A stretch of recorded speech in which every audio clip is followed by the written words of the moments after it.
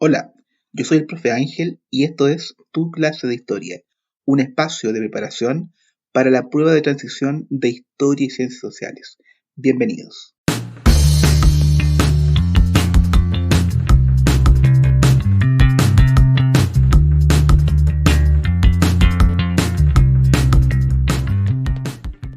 Hola, ¿qué tal? Bienvenidos a este primer capítulo de este proyecto que se pensó y se hizo, cómo ayudarles a ustedes, estudiantes, en su preparación para la prueba de transición. Y es por eso que he decidido optar por el podcast como una forma mucho más liviana de llegar y, por lo tanto, para ustedes también mucho más práctica para poder escuchar en cualquier lugar, mientras van viajando, en el metro, en la micro, en el vehículo o están en la casa. Así que bienvenidos a el primer capítulo de tu clase de historia modo podcast. Bien, la preparación para la prueba de transición, para la PDT, es algo sumamente complejo. Ya sabemos que es todo un año de preparación. Algunos, ¿cierto?, se preparan mucho más todavía, con clases todos los días, sábado y domingo. Así que he decidido optar por esta temática, ya que es la que he obtenido mayor retribución desde mis redes sociales. Así que vamos a partir con esto de inmediato. La PDT, la prueba de historia del DEMRE, mide ciertas habilidades que son fundamentales que las conozcamos. En un primer momento, esta prueba mide la habilidad de comprensión, de aplicación y las que se denominan ACE, análisis, síntesis y evaluación. A grosso modo, ¿qué significa cada una? En comprensión, esta habilidad se evidencia cuando ordenamos y organizamos mentalmente la información, como hechos, procesos, conceptos, y que permite que las podamos recordar de manera explícita y, por supuesto, trasladarlo hacia conocimientos nuevos. ¿Cuándo aplicamos esta habilidad? Principalmente cuando tenemos que analizar textos, gráficos, cuadros, tablas, dibujos y por tanto desde ahí podemos aplicar dicha habilidad. Por otro lado, la habilidad de aplicación es la que usamos para resolver o solucionar problemas empleando este conocimiento que ya hemos adquirido y por lo tanto permite aplicar técnicas, conceptos, métodos que tengan relación con la materia en estudio. Por ejemplo, analizar exportaciones de Chile, analizar datos económicos, emitir un juicio, etc.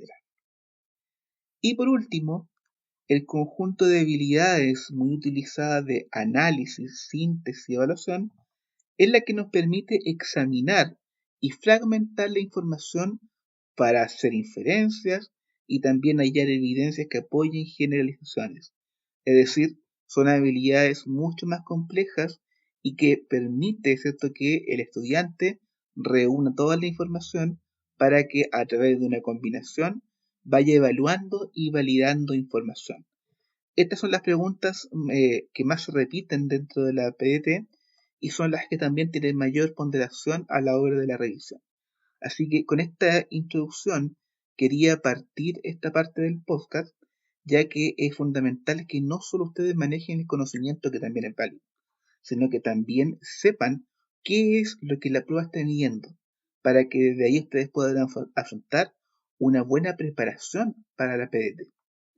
Así que sin más, vamos ya de lleno a lo que significa esta parte de contenido.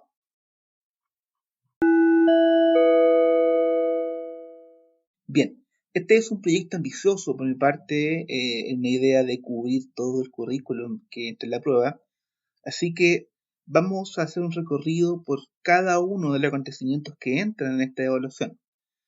En el tema de hoy día vamos a trabajar principalmente lo que fue la ilustración y todo lo que conllevó aquello, ¿cierto?, desde Europa, y ya en los audios siguientes vamos a ir viendo otros conceptos, otros procesos y por supuesto todo encadenado uno de otro.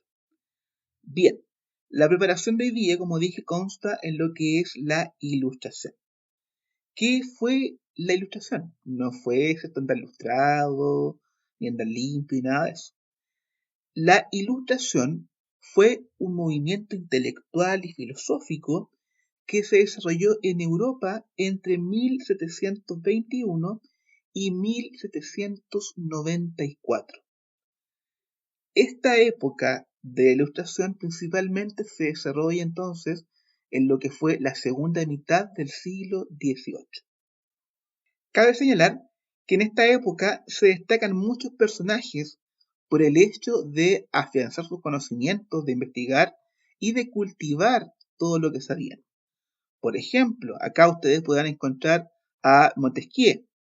¿Quién fue Montesquieu? Propuso, por ejemplo, lo que fue la división de los poderes del Estado, lo que conocemos hoy día como poder legislativo, ejecutivo y judicial. También es a quien se le atribuye la idea de poner a Inglaterra en una monarquía parlamentaria. Por otra parte tenemos a Voltaire. Voltaire desarrolló la teoría de los derechos individuales y de la igualdad civil. Rousseau, él habla sobre la tesis del contrato social. ¿Qué es lo que señala esto? Que la sociedad delega el poder en sus autoridades, lo que hoy día sería la votación, y por tanto es el fundamento central de lo que sería la soberanía popular de los gobiernos representativos como el caso de Chile. Diderot, otro personaje francés. Este señor fue característico por desarrollar la primera enciclopedia, estos grandes libros que contenían todo lo que sabían. El primero fue desarrollado por Diderot. Otros autores como David Hume habló sobre la política, Gibbon sobre el anticlericalismo, Adam Smith es quien es reconocido el padre del liberalismo económico, y Kant postuló una defensa de la razón como base del conocimiento científico. O sea, tenemos en esta época de la Ilustración a una serie de personajes que se dedicaron a cultivar el conocimiento y a proponer ideas que al día de hoy todavía son válidas. Es decir, acá tenemos la esencia de la política actual. Y todo esto justamente ocurre en esta época de la Ilustración. Por tanto, estos personajes también son conocidos como pensadores ilustrados. Esta mentalidad ilustrada valoró altamente los progresos del conocimiento científico, de la naturaleza, de la ciencia. El hecho de introducir la enciclopedia, que ya dijimos que fue hecha por Diderot, fue por supuesto un progreso científico y tecnológico de primera.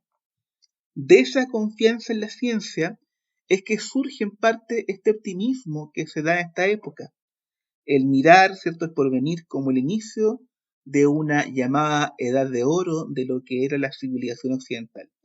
Es decir, los pensadores ilustrados, la ciudadanía de aquella época, estaba muy conforme con la cantidad de conocimiento que había y por tanto se proyectaban con que este progreso podía llevarlos a un punto muy alto en donde prácticamente no se veía fin. Y por supuesto, en el área de la ciencia hay muchos avances desde la química, la física, por ejemplo, se crea la pila, de la astronomía, de la medicina y también de lo que es la zoología y la botánica. O sea, la ilustración no solamente fue política, filosófica, sino que también hizo que la ciencia tuviera grandes avances en esta época.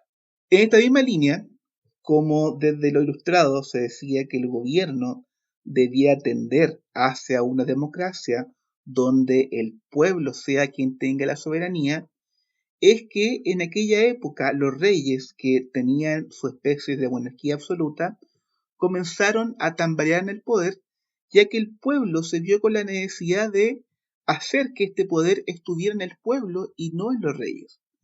Es por eso que los reyes, como una forma de acercarse a esta teoría de ilustración, es que adoptan algunos postulados ilustrados y por tanto pasan de ser una monarquía absoluta a un despotismo ilustrado, en donde, como dije, muchos monarcas en la segunda mitad del siglo XVIII valoraron e hicieron parte de su gobierno algunos postulados que tenía la ilustración. Incluso, ¿cierto? Voltaire, por ejemplo, fue asesor de algunos reyes.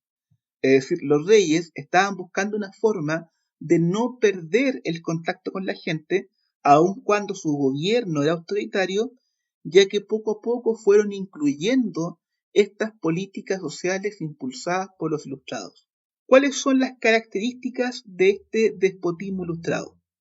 Primero, tenemos reformas sociales y políticas ocurridas en el interior de monarquías absolutas, guiadas por el deseo del progreso social y económico de sus poblaciones. 2. Influencia de algunas ideas ilustradas para mayor eficacia de la administración del Estado, especialmente, ¿cierto?, en lo que fue lo legislativo y lo educacional. 3. Desarrollo de un modelo de política populista. Todo para el pueblo, pero sin el pueblo. Las reformas se hicieron desde arriba y no incluyeron a la ciudadanía en nada. Es decir, seguían gobernando para ellos, incluyendo algunas reformas, y con eso buscaban, ¿cierto?, mantener el poder. Obviamente, en la historia esto no funcionó, ya que, como vamos a ver más adelante, hay ciertos movimientos sociales que implican que la monarquía absoluta decaiga y nazcan gobiernos de corte mucho más democráticos. Para el próximo capítulo vamos ya a trabajar cuáles fueron estos gobiernos que fueron legados de la Ilustración. Y específicamente nos vamos a centrar en lo que fue el Imperio Napoleónico. Cómo la figura de Napoleón Bonaparte vino a resignificar todos estos postulados ilustrados y por tanto desde ahí comienza este rearme de la sociedad europea, una sociedad mucho más democrática y más abierta a los cambios sociales. Ha sido un gusto compartir este capítulo contigo y por supuesto te dejo invitado a este segundo capítulo de Tu clase de historia por el profe Ángel.